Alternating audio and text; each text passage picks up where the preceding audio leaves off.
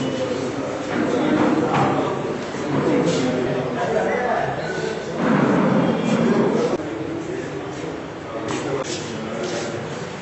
कुलकर्णी यांचं सुंदर हस्ताक्षराचं जे काही त्यांनी दुर्मिळ संपादन केलेलं आहे त्याचं प्रदर्शन या ठिकाणी लावण्यात आलेलं आहे। प्रदर्शन अतिशय मनाला भावलं। ज्या वेळेला कागदाचाही शोध लागलेला नव्हता अशा 7व्या शतकापासून तर अलीकडचे सगळे हस्ताक्षर माझ्याकडे संग्रही आहेत।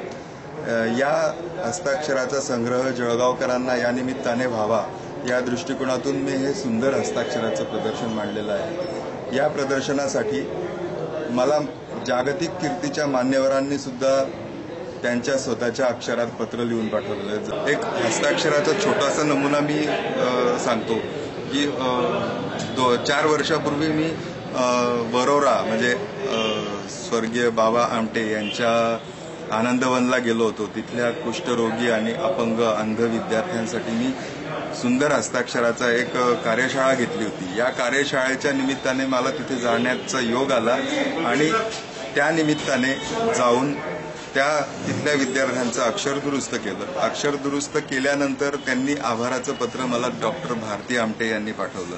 भारती आमटे यांनी किशोर कुलकर्णी जळगाव एवढाच पत्ता लिहिला होता।